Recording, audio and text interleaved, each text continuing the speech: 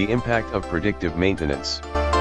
Predictive maintenance seeks to define the best time to do work on an asset so maintenance frequency as low as possible and reliability is as high as possible without unnecessary costs.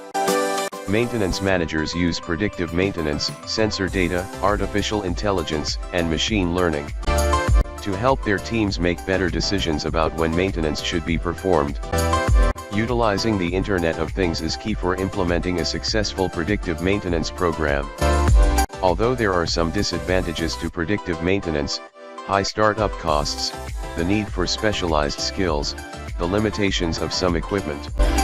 It allows maintenance to be performed only when required, helping facilities cut costs, save time, and maximize resources.